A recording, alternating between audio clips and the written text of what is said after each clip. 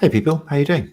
Welcome to episode 188 of the Sports Therapy Association podcast. My name is Matt Phillips, creator of RunChatLive.com, and as always, this episode is being recorded live on a Tuesday at 8 o'clock on the Sports Therapy Association YouTube channel, and also on the Sports Therapy Association Facebook page, and in the Sports Therapy Association Facebook open group.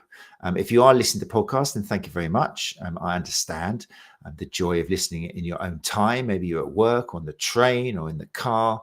But if you do fancy joining us live, so you can mix with the other people who join live and also ask questions directly to the guests, then all you need to do is on a Tuesday at 8 o'clock, keep that time free, and then you can choose YouTube or Facebook page, or if you prefer, Facebook group. Totally up to you, and we'd love to have you along. So we have arrived at part 3 of our 3-part series, How to Set Up a Massage Therapy Business, in which each episode we have a panel of experienced sports massage therapists and sports therapists who share tips on how to set up a sports massage clinic. Part 1 was all about setting up a clinic in your home, be it in a garage or a garden or a room of the house, and we had fantastic chat with 4 different therapists covering all of those aspects. And there were some amazing images. I would recommend, if you listen to the podcast and you haven't listened to these episodes, then they're definitely a YouTube one, because you'll be able to see pictures being shared. And tonight we'll probably have some pictures being shared as well, fingers crossed. Part 2 last week was all about setting up clinic by renting or leasing a room, be it in a gym or another practice or something similar. Again, it was a hugely valuable episode. We got onto the topic of recognizing the difference between having an employer and then a clinic owner, and the different responsibilities that come into play there. Sometimes the expectations when you're an associate being over the top, and actually they can't ask you to do certain things. If they do, then really they should be treating you as an employee. So there was a lot of really interesting information.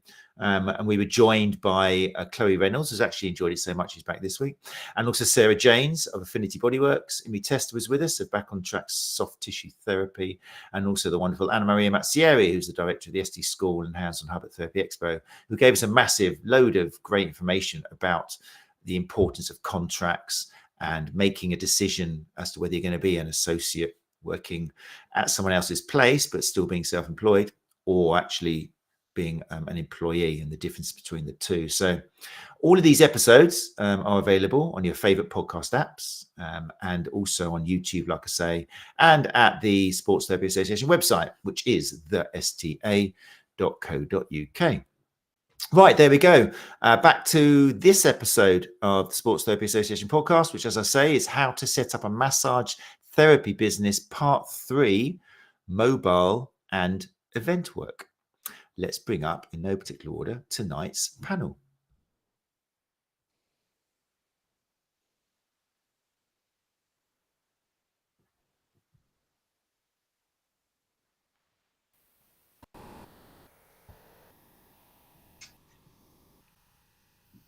There we go. I believe I've got everybody.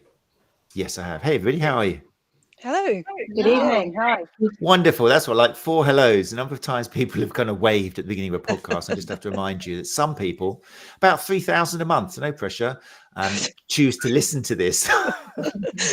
But no pressure. I just thought I'd drop that in now before I asked you. But thank you so much for coming up and being guests on the show. It's proved so popular, this series, and purely because it's about people sharing their experiences, and that's our listeners, whether they're STA members or not. There's a lot of them, and they just love hearing about other people's experiences. It's almost, we believe, don't we, in other people now more than brands, and that comes into marketing. I think you sell yourself rather than your brand. We go to Amazon recommendations and kind of like to choose what we're going to buy. We go to TripAdvisor. So it's a sign of the times. We love listening to other people. So thank you for joining us. I do appreciate it. Before we do jump into things, just again, a reminder out there, if anyone is joining us from the Facebook group, then Facebook security means that you do need to click on a little link, which I shall bring up now at the bottom of the screen. Basically, it's just b.live/comments-issue.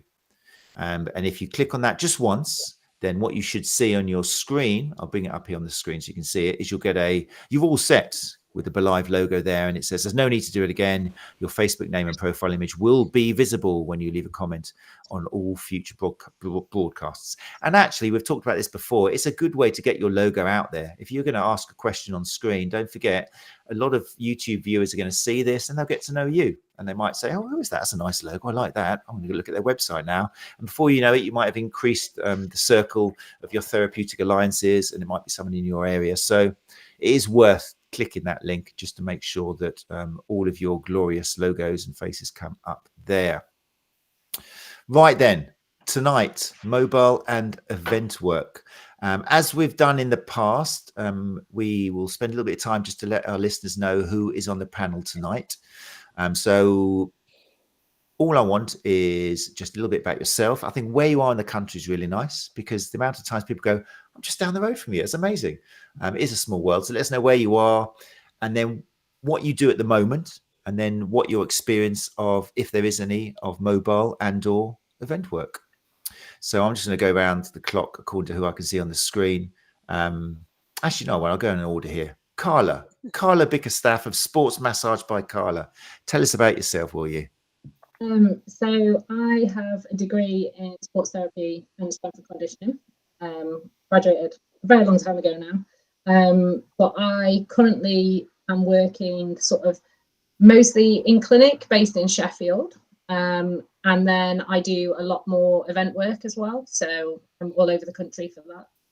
Various different events, different types of event work as well. So sometimes it's as myself that has been subcontracted for a company.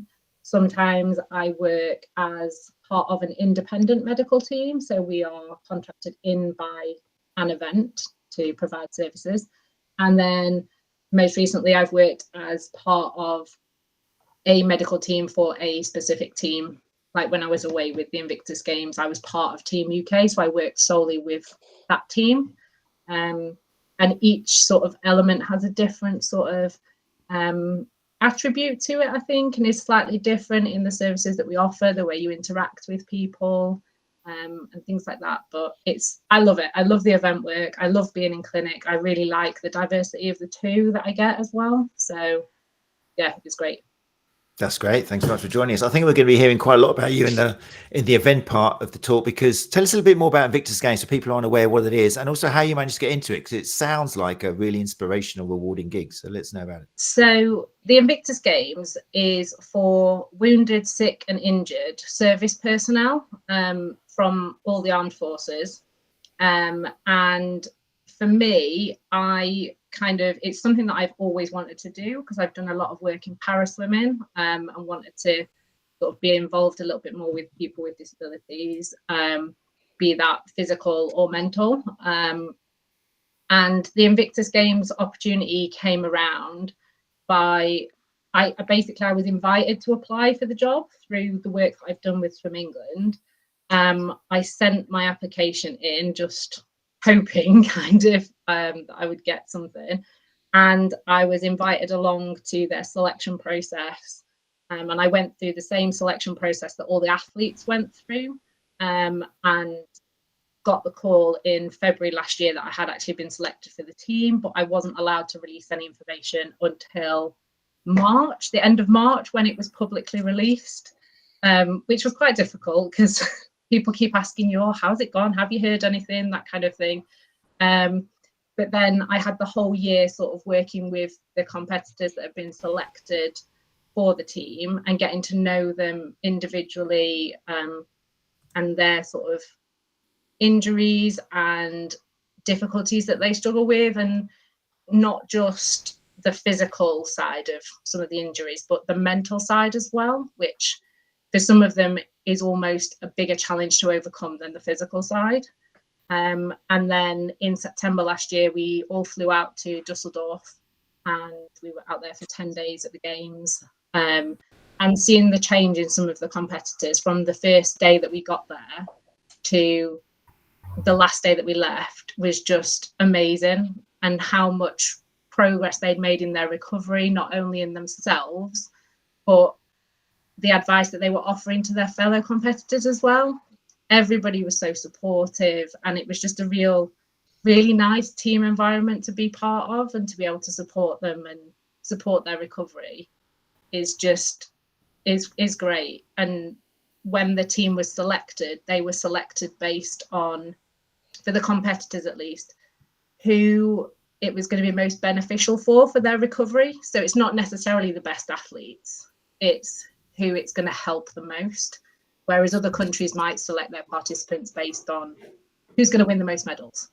Mm-hmm. Team UK didn't do that. It was selected on who is going to benefit the most from this process and this extra support that they're going to get. And being part of that medical team was brilliant. I had the best time out there. It was so much fun. That's great. I can hear in your voice. And this is probably something which we will look at when we go into more detail into event work. But I guess there is also there's team camaraderie or camaraderie between the actual therapist, and then you're seeing the actual competition that's going on. And it sounds like something that can be very rewarding for listeners out there who are interested in getting into event work. I'm sure there's some dangers and downsides as well, as there is in everything, but we'll come to them shortly. Right. Well, thanks very much, Carla. If you're watching YouTube, then Carla's not called Carla Bickers. It's just because the font's too big. And I keep telling the software designers, but live TV, if you are watching this here, once again, we've got somebody whose name has been truncated disgustingly, and it's not even their real name. So I'll put another thing into the developers just to let you know how functionality is important with streaming. But anyway, let's not dwell on that now. That's going to be a perfect soundbite to send to them now. Right, let's move around. Let's go on to Hannah, who's back from week one, recovered. How are you? Yeah, you just can't get rid of me. No, I'm good, thank you. I'm Hannah Tabram. I work on the Norfolk-Suffolk border. Like Matt said, I was on a couple of weeks ago because I have a treatment room in my garden, which is where most of my work comes from. Most of my work is done now, but I do still have 2 mobile clients that I go to see. And when I started out, I was completely mobile, and I did that for sort of a year and a bit before I got my treatment room up and running. That's my kind of mobile background. Fantastic, and we're looking forward to that. But is all of your work now based from your, what do you call it, the shed with pretensions, or do you still get out a little bit? Shed with pretensions, yeah. Mostly, I've got 2 clients that I still go out to because for them, my treatment room's not accessible. Mm-hmm. It's not step-free access. Both of them have to be hoisted for transfers. So you'd have to have a very special clinic setup, I think, for it to be accessible for those particular clients. So I go to them. Fantastic. Excellent. Right. We look forward to hearing you later on. Let's move around the circle to Katie Evans of Move Well Soft Tissue Therapy. Hi, Katie. Hi there. Hi, good evening. I'm Katie. I live in Cornwall, right down in the west of Cornwall, near Penzance. I've been here about 12 years. I'm currently sitting in my cabin now, which is where the majority of my work is now. But I started way back in the early 90s, so I'm in my 32nd year of being a therapist. And I started as a mobile therapist when I first freshly qualified. And from that qualification, I went on to university to do a sports degree, and I worked as a mobile therapist whilst I was a student. I was a mature student, 22. So I've had many, many years with mobile, but in the day before social media and even mobile phones were about, and the World Wide Web didn't even exist. So a very different world back then. I've experienced pro sport. I worked for Leicester Tigers for 5 years as their sports therapist, which was incredible. It's the years where we won everything. So that was fantastic. I've been a lecturer and an assessor of sports massage and therapy. And then when I moved to Cornwall with young children, I had a bit of a break from it, having a family, and I went to work for a private physio clinic just to get my name into Cornwall, because I was 300 miles away from home. No one knew me. And I picked up my mobile work again then, and then had the cabin built in my back garden. So I was almost doing 3 things in a physio clinic, mobile and private practice. And then November 19, decided my own. Sadly, COVID came in there 3 months later, which was just disastrous. But it is mainly all clinic work now, where I'm sitting here in my back garden. So, yeah, I've been around the houses, and I like to think I've got a fair few years left in me. So I absolutely love it. And if I can inspire anyone else to start, and if you have started, to keep going, it's a fantastic industry to be in. And I wouldn't, if people say, if you could have done anything else with your life, what would you have done? I still would have chosen it, even though I've done some lecturing and teaching. Just the hands-on and being with people and helping people, I just think I win the lottery every single day. So there is chance for anyone to have as long career as I have. That's so nice to hear, and it's lovely. And so far, we've had 3 out of 3 people saying, "I love what I do. I love my work," and I think that's something which we all kind of celebrate.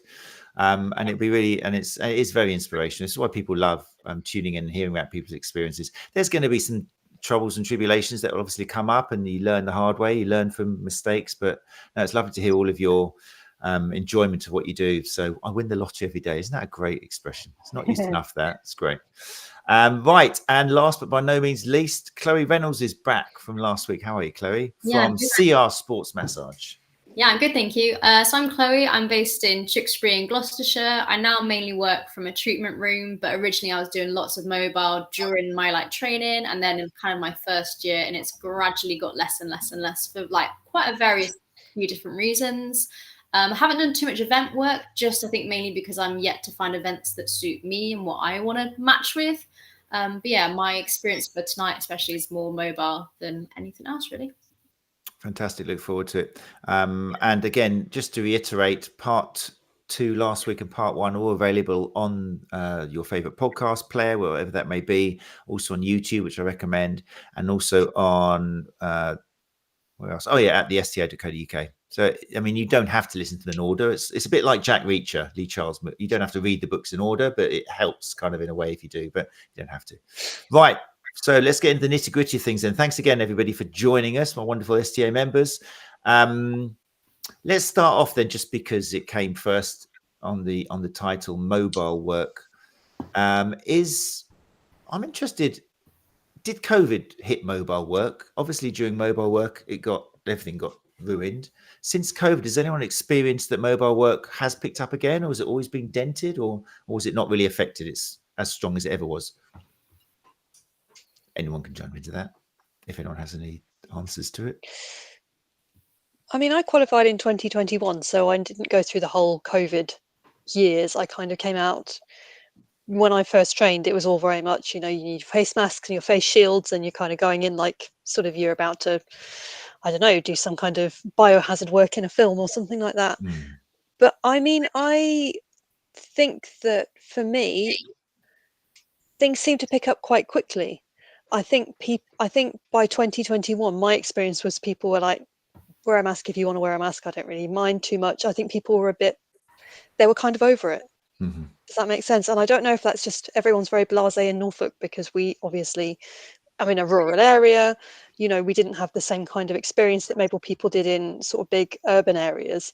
Maybe people are just more laid back. I don't know. But yeah, that was my experience. Anybody else worked through COVID and came out doing mobile work on the other end? I think COVID was probably the death of my mobile work, really. I think where I was doing lots before, and then all of a sudden, as Hannah said, you're then wearing tons of different stuff. I think it was then an added extra on to me having to take my equipment, having to find a location, making sure they're okay with me. And the bubbles were a weird thing at that point as well. I think for me, it became the death of it, because you're then in someone's house, you're then with all their family, and then you go see someone else in their house with all their family. So for me, plus all the PPE, it was kind of gradual death, I think, of my mobile work on the majority. That's the same for me. I only had 2 mobile left in the end, and after COVID, they decided they wanted to stop it purely for safety of the family bubbles.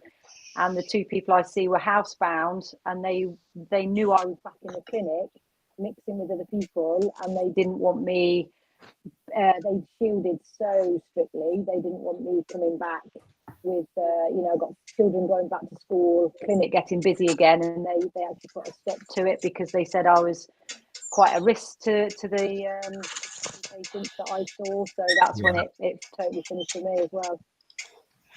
Yeah, definitely. It was weird times. And I know a lot of therapists did just never come back from it, really. It was tricky. I mean, whether you were mobile or whether you had a practice, particularly clinic owners and things like that, it was just real hard times. People who, even if you're not as into mobile as you were before, let's talk about some of the advantages. If you're not doing it now, maybe you can look back. What are some of the pros of actually getting into mobile work and lugging your couch around to other people rather than expecting them to come to you? I think when you start out especially, there's huge benefit in the fact that your costs, once you've kind of bought your equipment and you've got your car insurance sorted out, your costs are very much directly linked to how many clients you're doing. So you're not committed to kind of renting a room. You haven't got a loan to pay for maybe, a building in your garden. If you only get 2 clients in a week when you start out, which when I first started out, like there were weeks when I only had 1 or 2 clients. But that was okay because that just meant I was using less petrol and generating less laundry. I wasn't sort of under a lot of pressure to kind of cover some kind of fixed overhead cost. So yeah, I think that's one really big advantage, especially when you're first getting going and you're getting yourself out there. That's such a good point. Yeah, excellent. Chloe, you're sitting there nodding. Yeah, no, I completely agree. I was just looking at my list and seeing like accessibility. I think like cost when you first start is great. I think to be able to get yourself into someone's house and you end up chatting to family, your name gets out there even more, which is a great way. But just accessibility for clients that you wouldn't normally see, whether it is a disability accessibility thing or whether it's just a matter of that you being in their house for them works much better in their week. I think that's also really nice because you're in their lives, you're coming into their properties as well. I think it can create a really nice environment for them. Yeah. Excellent. Yeah. Sorry, I jumped in when you were going to say something there, Katie. Yeah, no problem. A few things for me, because I know we like to think about our ideal clients and really honing in on our ideal client, but when you're mobile, you really can have a broader spectrum of people. So from stay-at-home mums to office workers now who are working from home since the pandemic, housebound people. So your day is really varied. In fact, no one day is ever the same, and I think that's really important for motivation levels. And you don't get the no-shows. It's very rare that you turn up to a house and someone's not in. So it's nice to actually, know you are guaranteed the work. That's true. They are less. I mean, I remember from experience, they do happen. There's nothing more rewarding, is there, from turning up with your couch, getting to the front door, and then ding dong, and sorry, I didn't realize you're coming today. But hey, yeah, they are kind of less. Yeah. Okay, so we're looking at you. I love the idea that it's much easier to control your costs. You go there, you get paid. If you're not working there, at least you're not kind of using up anything. You haven't got that expectation where someone's having a go at you and kind of expecting you to deliver. Anything? Do you think it's a certain type of person that will be good at mobile work? Is there some characteristics or personality type you need to have to make it work? I think you've got to be fairly confident in your ability to sort of walk into someone's house and kind of set yourself up and create the right kind of environment for them. You do have to go in as kind of a professional and have a very sort of, obviously we have to be professionals at all times with our clients, but especially when you're going into someone's home, I think you have to have that kind of, you have to be ready to be very professional about everything. I think also what Chloe said about accessibility is a really, really good point. Like I said, my 2 clients that I still see who are mobile clients, I don't think there would be a treatment room setup that would work for them. I don't think there would be a clinical setup they could go to that would work for them because of their very specific needs, because they're both very young as well. For me, going into their home, into their familiar environment with their equipment and that kind of thing works for them really, really well in a way that coming to someone I just don't think would work for them. So yeah, that's a really good point as well. So it's great for them. And like, again, we've said it a few times, being in this industry, you haven't gone down this road to make loads of money. There's far more secure ways of making a fortune. But what you do get is the buzz of making a difference to people's lives. And that if you're a massage therapist and you're not making a difference to people's lives, then you're really getting nothing. I mean, you're getting paid little and getting no rewards. So I suppose it is lovely if you can do something where you're getting that, that feedback where you're really making a difference, because that will just keep you going and motivate you. So it's good to hear. Personality. Any other recommendations for people to know whether they should do it or maybe not get into it? you've got to be strong if you're lugging all your equipment around. Yeah.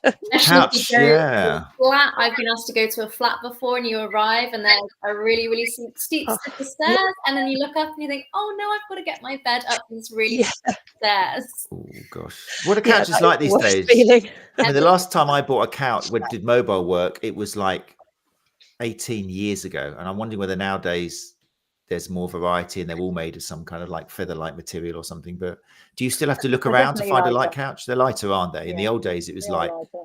a workout for you. It's like you didn't have to belong to a Yeah. gym. So Yeah. the couch You that can I've get actually wheels. got is it's a Nubis couch. I don't know if anybody's heard of those, but it's actually inflatable, and it packs down to the size of a suitcase that you would have like a carry-on for an aeroplane. Oh, And that's so awesome. it's on wheels, so I can drag it Definitely around. did have this around when I was. Or When you say I can- inflatable, hold on, I've got this image of the legs are inflatable as well. How does that work? So it's a metal frame that you Okay. fold out and you clip the legs into it, and then the top bit is basically, if you imagine like a paddleboard type thing, Yeah. it's kind of like that, and it sits on top and is secured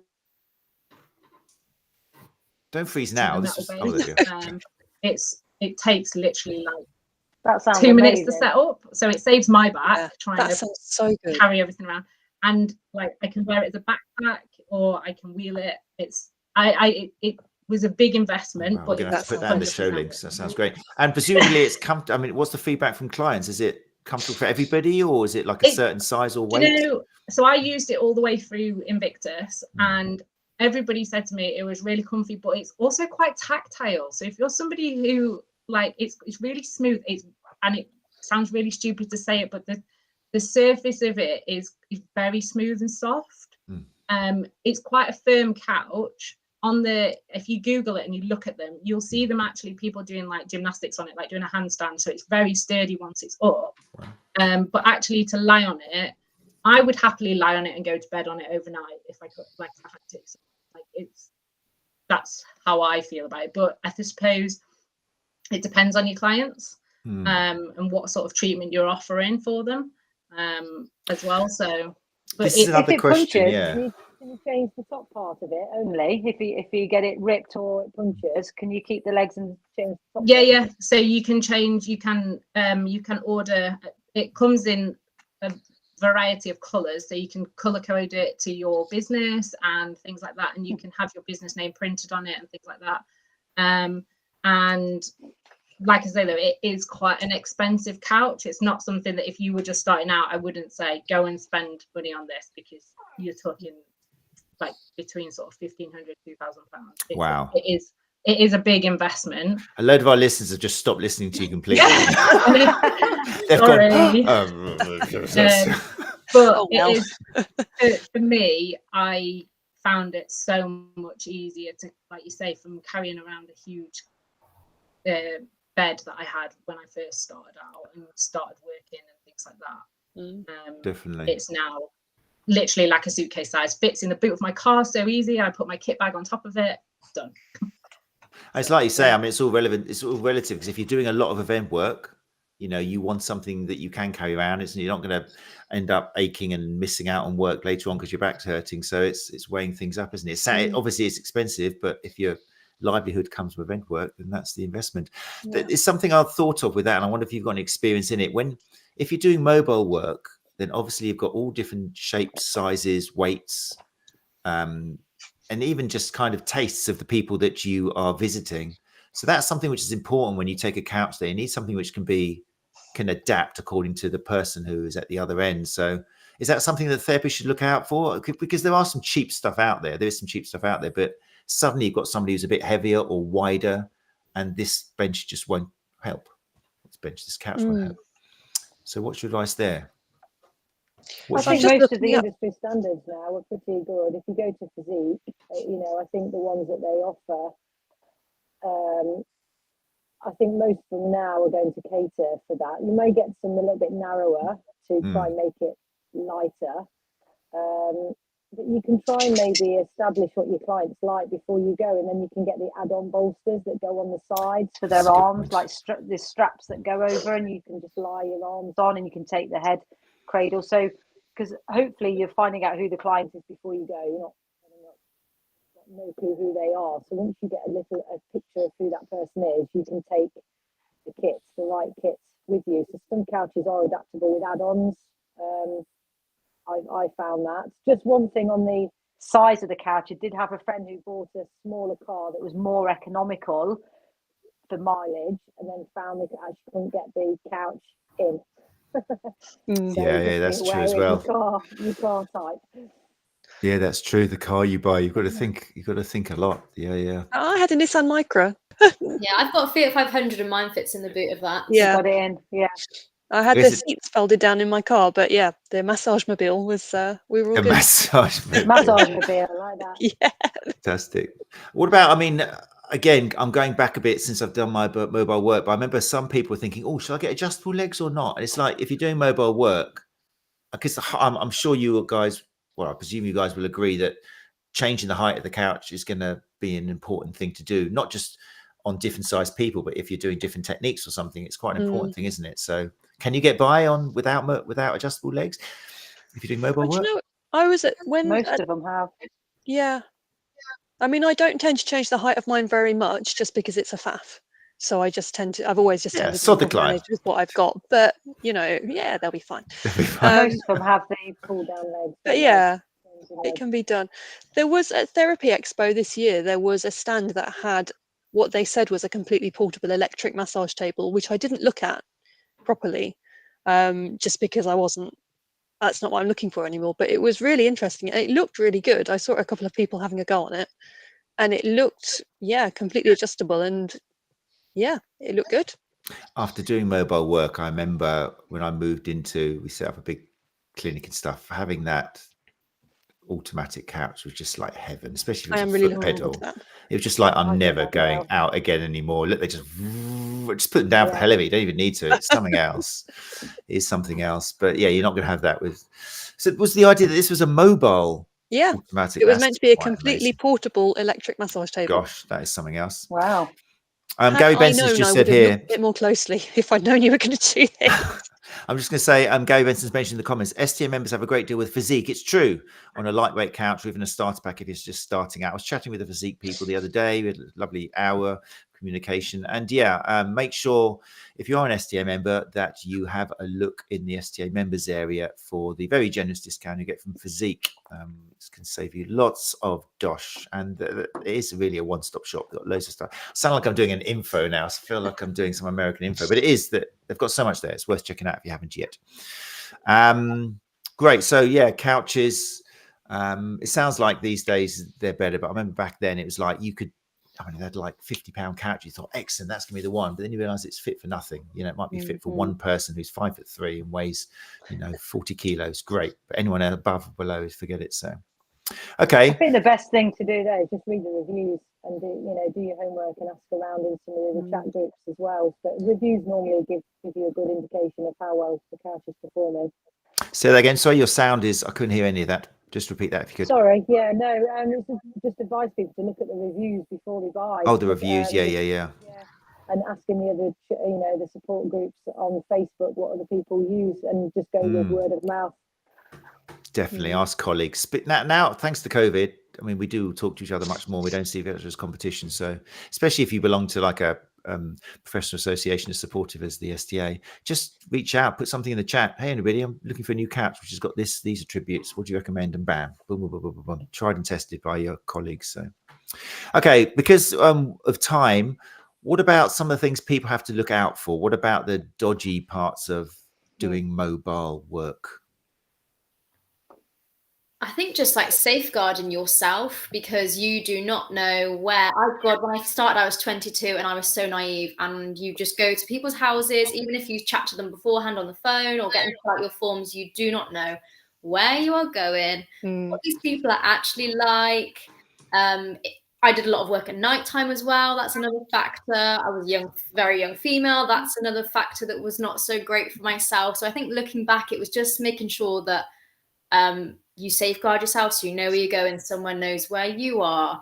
All of those kind of factors I think were really, really important. And it's now why I only do mobile for clients I already know, or I already have a rapport with, or I know where they are, because like I live alone anyway, so I could disappear and no one would know for probably a good 24 hours until someone texted me, didn't know where I was. So I think making sure you look after yourself is such a big one.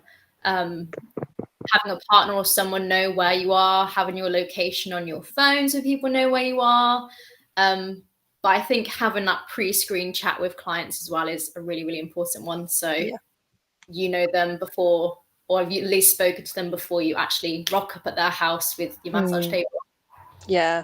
I mean, there's some really good advice. The Susie Lamplew Trust website has got some really good advice on like lone working, because obviously, you are wandering into someone's house and like you say, you don't know who they are and they could be anyone. So things like, for example, if somebody has booked in and you're expecting to go and see someone called, I don't know, Jane, who's 25, and a great big hairy bloke of 50 opens the door, don't go into the house until you've seen Jane and you know she's in there. You know, things that I used to do is always park to escape. So reverse your car onto the driveway. I used to leave my car unlocked. Such good advice. That's just like, I live in Norfolk and no one wants to steal an ancient Nissan Micra for some reason. I don't know why, they're great cars, but nobody wanted it. I always had my car keys. I had one of those like spirally, springy key ring things. Do you know the kind of things I mean? That was attached to the handle of my bag, and then my keys were clipped to that. And I used to leave the bag by the door, so I could just, if I needed to, walk out, pick my bag up on the way out, and be straight out and in the car. Very clever. You know, and things like always follow the client into the house. Don't have the client behind you. Watch how they shut the door. And it's stuff that it sounds really paranoid when you list it all out. It sounds like, oh my God, you're just terrified of people, and it's not. It's just being aware of your safety and being aware of where you are, because like you said, you are walking into someone's house and you don't know who they are until you get to know them. So a little bit of awareness just makes you feel a lot safer. And I mean, like I said, I did mobile for like a year and a bit. I only had one bad experience with someone, which was a bit unfortunate. No harm done. It was just one of those things that you think, ooh, I'm not very happy about that. I didn't like how that interaction went down, kind of thing. And to be honest, when that did happen, all of my plans were, I'm just going to walk out the door. I just froze up and then completed the massage, because that's what you do. You kind of socialize to do that. But I think if you've got your plan, at least you have that and you know where your stuff is, and you kind of have the confidence to say, okay, there's my keys. I can just leave if I need to. Yeah, we that freeze thing was something that was shared. That there was a series of episodes about safety, and in episode 75, which I recommend that everyone listens to, there was, I think, about 7 or 8 female therapists who shared their experiences, and it was quite a shocking episode, but a real emotional, important listen, because some people, especially if you're younger, and it could happen to men and women, any gender, everyone's kind of like be susceptible to it, unfortunately, these days. But yeah, when you hear what has happened to other people, it makes you think, oh Jesus, this could happen to me. It's not just something out of a novel or like a myth. It's quite incredible. So I reckon you should, and a few people did mention on that, yeah, you freeze. You know, you just don't expect to be put into that situation and feel so vulnerable. And it's kind of, we talk about fight or flight, there's also just freeze. So it's shocking. Be prepared. Some brilliant ideas came out of that. I mean, that one of putting your car, it sounds like paranoid, but putting your car the right way around. So if you have got to get out, amazing. And the clip-on keys. Gary here, founder of the STA's, put a few things in here as well. Mentioned location is really important on your phone. That's good. Have location services activated on your phone, either Snapchat or Apple. I think these days there's more and more clever ways of doing shortcuts to even just sending a text to your emergency number, pre-made text, which could say, I need your help now, come here, and you just click it. I mean, even the other person might never know you've done it. So and also Gary said, let's just read this out because Gary's just full of wisdom here. Although this is a bit mansplaining, but here we go. When you get to someone's house, phone your partner, or at least pretend to, giving them your location and expected time that you're finished. Then tell me your phone when you're leaving. So little things like that, so important. Facebook user here, in case you do want your name and logo to come up, then click that link. I said, I agree. If I do have a home visit with someone new, I always tell 2 other people, give address of client and time of appointment, how long I'm meant to be there. Definitely chat with client pre-appointment to get details. Also, if the place sends alarm bells, I would probably leave. Yeah, listening to your gut, I guess, is something which a lot of people have. Gut feeling and just having common sense. You know, by the tone of their text or however they message you, of what they're actually after. If you're constantly advertising that you do I don't know, relaxation massage or remedial, whatever it is, and then they ask you the same question again in the text, it's almost alarm bells straight away that they've not actually been following you and seeing who you are, and they're just chancing it. You know, for me, it was, you know, am I available that day? Can I do? It was almost out of my mileage area. I always set myself a radius and I never moved my boundaries to try and get the diary busy. I still stuck to the times a day that I wanted to work, the area I wanted to go to, and I didn't distract from that just, oh, I could earn another 40, 50 pounds tonight. I still stuck to my ones, because I found the one, you know, the ones that were a little bit more dodgy were ones that were not necessarily my area, or they wanted me there and then that day.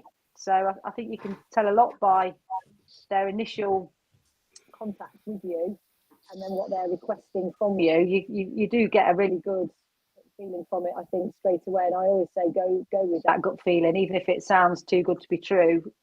You know, sometimes it is, you know, you've got to go with what really your insides are telling you. That's great advice, Katie. Everyone else, you're nodding. It's a sentiment you all share, it looks like. Yeah, I think, I definitely had a few people get in touch with me and sort of either in the texts or in the conversation, you're like, no, I'm not coming to see you. I'm not coming to your house. I think the best one was the text I got from someone saying, hello, I am a bodybuilder. You're like, great. I live in this town with another bodybuilder. I'm like, okay, I didn't realize that town was a haven of bodybuilding, but brilliant. Could you come and massage us? So, yes, possibly. We would like you to massage our glutes, and we don't want you to wear we don't want any towels. We just want to wear our Speedos. I'm like, no. I think you can find someone else to massage your bums and your Speedos. Thank you very much. Which, at least they were upfront. Yeah. Yes. You do get some randoms. It can be said. Yeah, they're shared all the time in groups, unfortunately, and people share what sort of requests they get. It's very strange, but not taking any risks seems the best advice. Sorry, Matt. I think where you advertise for mobile has got to be slightly different to where you advertise for your clinic as well, because before the internet, when I was doing it, you know, there were free directories, and you wouldn't dream of putting yourself in a free directory now, because it just doesn't bode well that you're a mobile massage therapist. So just be sensible where you're advertising, that you are protecting yourself literally from even just putting your message out there. It's good point. Times have moved on, definitely, but you know, if you want to go in a directory, be in one that's a reputable one that's you know, specifically for massage therapists. I've seen a few of those around, not just to randomly put your poster up or hand out business cards like you would do possibly for clinic work. I think you've got to look at how you're promoting yourself as well. I think one of the important messages that also, because we're going to move on to event work shortly, but one of the important messages that came out from the time we spent with the episode 75 was, if something does happen, talk about it, share it. Okay, don't keep it bottled up inside, because that's something which can be horrible as well. If something does happen and you just don't talk about it, that could be the end of your career. It could be tragic. You could carry it around with you forever. So reach out and talk to other people who you trust. Again, professional association would be really useful. That's where basically that's what you pay your money for. I'm no Gary, and we've got people at the Sports Therapy Association who are trained in that, who will talk to you. It's all confidential. So yeah, reach out and talk about it, because it seems to me from what I've heard that people blame themselves. You start thinking, did I do something to provoke this? Was I giving off the wrong image? And it's all those kind of same kind of thoughts that go through your brain, when 9 times or 99 times out of 100, it wasn't you at all. You were totally the innocent party. So anyway, look at that. We're already at 8:46 and we haven't moved on to event work. Carla's there rubbing her thighs thinking, come on, let's do it. Event work, I've got so much to share. So yeah, okay. Well, so there we could have talked forever about mobile work, but that's great. Some amazing tips, people, and some amazing points, some advice on what to watch out for. I love the satisfaction you can get out of it. I love the inclusivity you can give people by going to their homes. I think that's a really important point. Yeah, wonderful. Event work. Suddenly we move over. The pluses of event work. What do we got, people? Go on, Carly, you go first. We've already kind of touched on the enjoyment factor. What else can you get out of event work as a business? I think it gives you the freedom to choose, to pick and choose what sort of thing you like doing, and what sort of thing you see a future in. If there's a certain sport that you want to work in, you can sort of target that to sort of work. Also gives you the choice of, do you want to work specifically with a team, and do you want to be just with one team, or do you want to work with as many people as possible, sort of like an independent therapist that anybody can come and access an event. So there is a lot more flexibility, because you control who you're seeing, which events you work, what sports you're targeting, and to a certain degree your income. If you're sort of setting it up for yourself, you can say, well, this is what I'm going to charge, and people can either take it or leave it, which can be difficult if you're trying to set it up on your own and do things for yourself, because you don't want to price yourself so cheaply that people go, hang on, why are they so cheap? But then if you go too far the other way, you kind of pricing yourself out and nobody would want to work with you. So there is a very fine line between the two, I think. But definitely being able to choose who and when you work and the dates and things is a massive plus. Does it depend? I mean, in my neck of the woods, there are some people just taking the piss basically of how much they'll charge you. There's certain kind of online communities who will say, oh, you're a sports massage therapist, come and work for us. We've got events all over the place. We'll pay you £5 an hour. Well, if it's a whole day, we'll, and it's like, come on now, I'm a professional who's trained for years at this. So has anybody found that you have to look around and there is a chance of being taken advantage of a little bit by companies? Or Yeah, for sure. I've always looked at events. I'd love to do and be involved with events, but I seem that everything when I look at, it's like, hang on a minute, you want me to work a 12-hour day out of my area for free? Yeah, I can get clients from it. I mean, to be fair, sometimes you have to do the free work. Yeah. To get the paid stuff at the end. And don't get me wrong, event days are so long and can be absolutely exhausting. And it does take a kind of, I would say, a certain kind of person that can sort of compartmentalize things and go, right, I am going to be there for, let's say, 10 days. I know I'm going to be working 18-hour days for those 10 days. And then I'm done afterwards. Whereas if you're somebody that doesn't necessarily like long days, then I would say it's not necessarily something that you would enjoy. But sometimes you don't know until you have a go. Can you make money out of it though? Can you make money out of it? Or is it more of a case of getting experience? It's a great gig for kind of students sometimes. Even if you're not getting paid, you get experience, you get to network, you get to talk to the organizers. Or is there a way that you can actually make some decent money out of events once you get a name to yourself? I think so. I think once you've established yourself and you have a good reputation and people, like you say, you are a brand at the end of the day. If you're working for yourself, you're trying to sell yourself. If you're subcontracted by a company, pick a reputable company for starters. Don't just go with the first one that you find. Like, you need to do your research on that company. What are the people like that you're going to be working with? And again, it comes down to the sport and the event.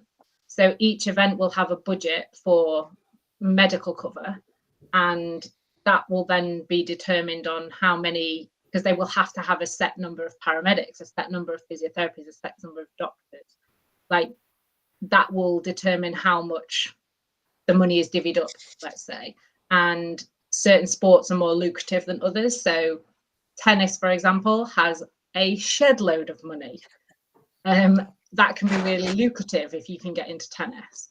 I don't know much about football. It's not really something that I've been interested in trying to get into, but from what I've heard, they have a lot of money, but they don't like to spend it. Like, they want to sort of undercut themselves and only charge people, like, say, oh, we'll pay you £8 an hour or whatever.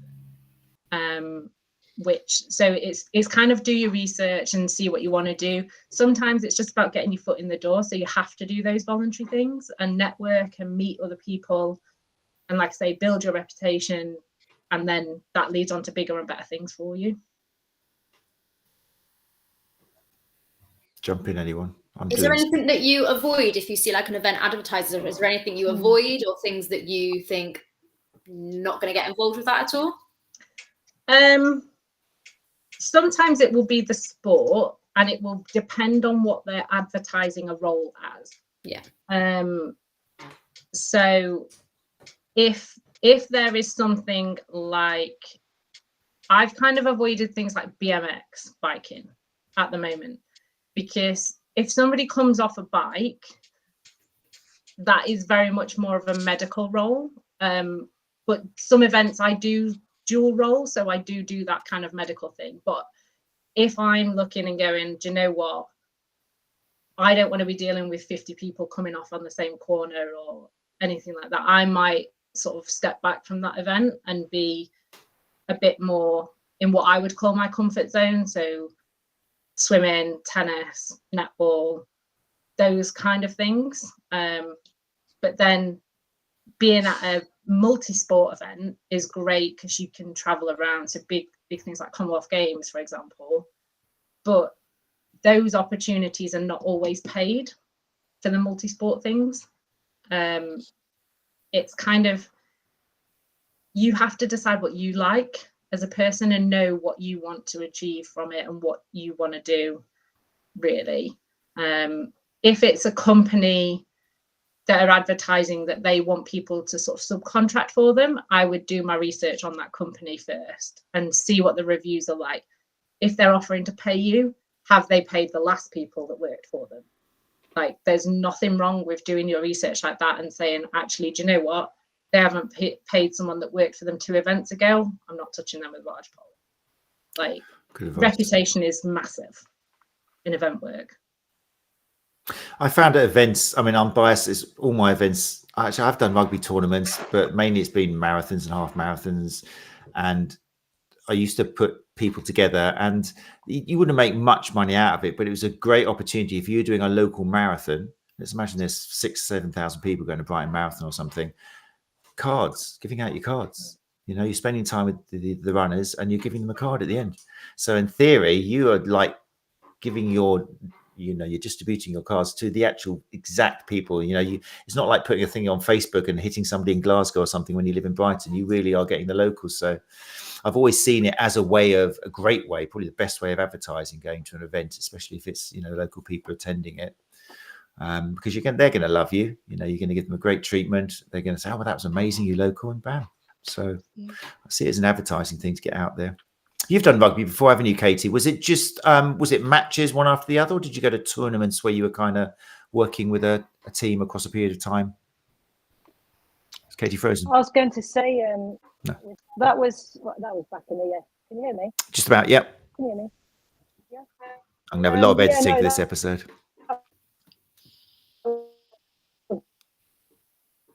I'm just seeing my Sunday afternoon.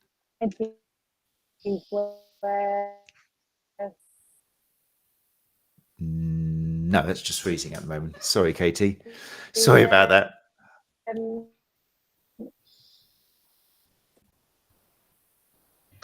No, sorry, it's frozen. I mean, you've got a lovely smile on the screen, but when it's it just turned professional. So no, I'm afraid it's just freezing now. No, sorry about that. Sorry. Can you hear me now? Bits and bobs, but we've only got 5 minutes to go. So other bits of event work. Listening to Carla is very inspiring, and it makes you think, wow, you know, you can get a passion, you can choose. I never thought of other sports and things, but for people like Chloe and Hannah, does it make you think, actually, I might look into some events and maybe pop my head around and see, should I get involved? Or I mean, I've done a couple of events. I did one where it was actually somebody else I know was approached by a race organising company to say, oh, do you want to come and do sports massage at our race? It was like a fairly small local, well, it was a series of kind of 10Ks, I think it was, that they did all around the kind of East Anglia. Do you know anyone else? So we both went along. And we were both a little bit annoyed because the marshals were all getting paid and we weren't. And it's like, hang on a minute, the marshals are getting paid and we're not. Marshals What's all getting that about? paid? That's crazy. Yes, I mean, they're only getting paid like a tenner, but that is not the point. We were quite annoyed. But the other one that I've done, which was a little bit different, was actually someone I know did a wellness day. So she had lots of people, they were in a field, they did yoga and lots of different cold water therapy. And then she got me to go along and do taster massages, for which I got paid. But then also I thought nothing of it. And then I've literally just had someone book in 6 months later who I saw at that day, and she's just come and booked in. So that was worth doing. And that was really good fun. I really enjoyed that day. I did like doing the event that I did.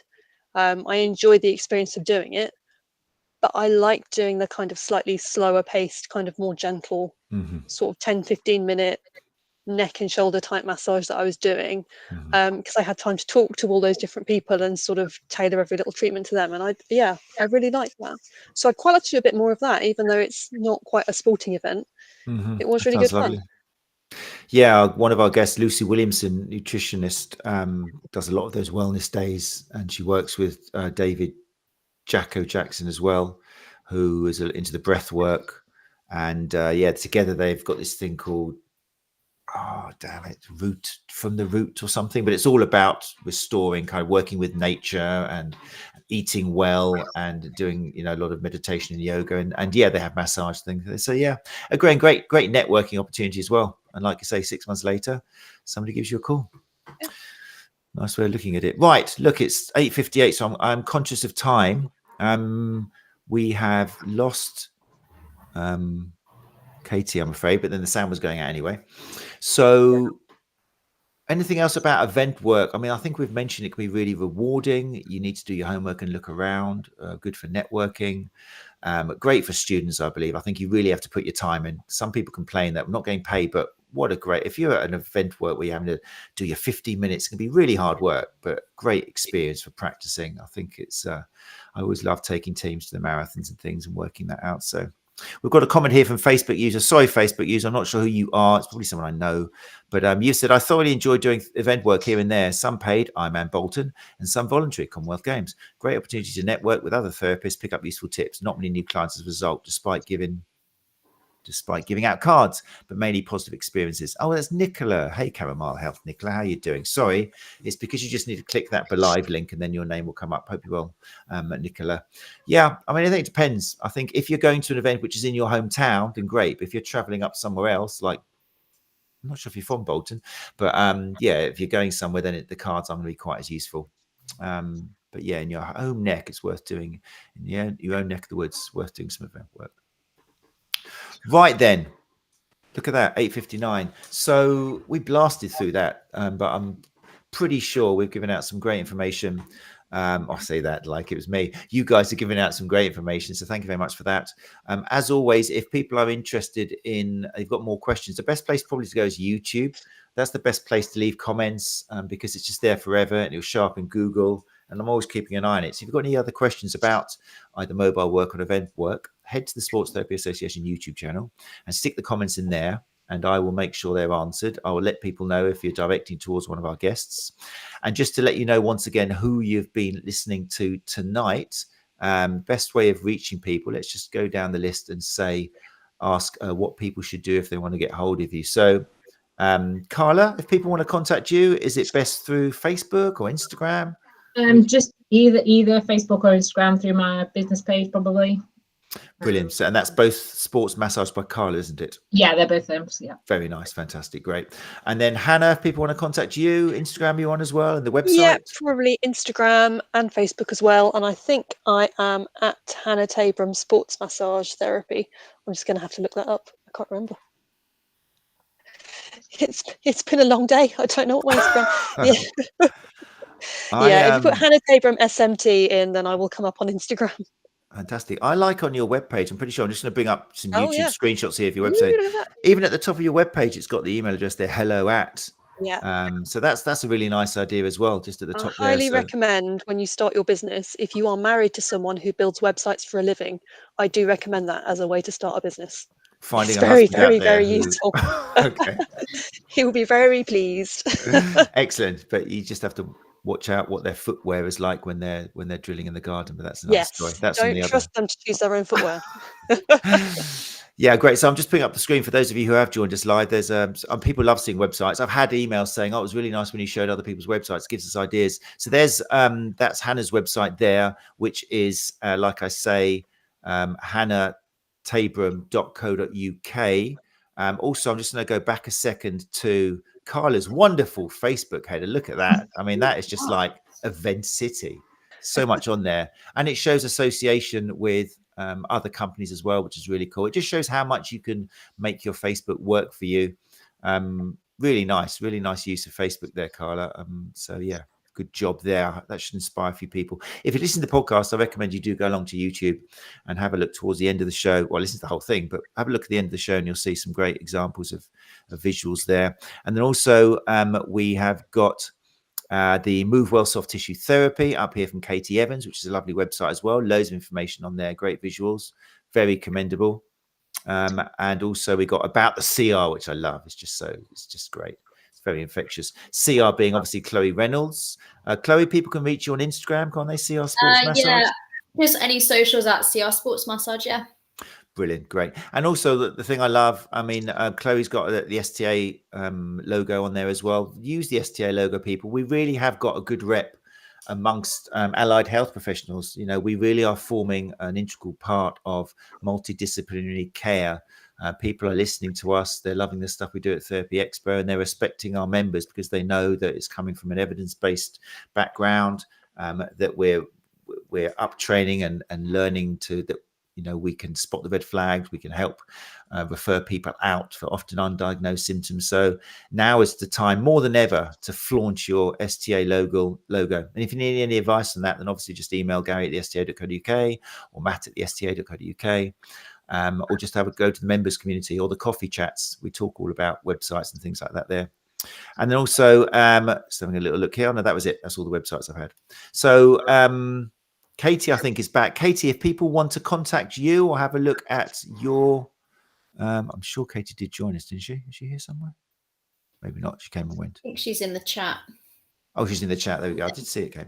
If people do want to have listened to Katie and want to contact there, then I would go along, like I say, to movewellsofttissue.co.uk is the best place. And there's all links to everything there. Fantastic. Let's see your faces again. Right. Thanks, people, for joining us live. Much appreciated. Next week, those of you who joined us in the live lounge as well, thank you very much for your questions and for joining us. And obviously, if you listen to the podcast, thank you very much. If you are listening to the podcast, then please do us a favor of just leaving a rating and a review.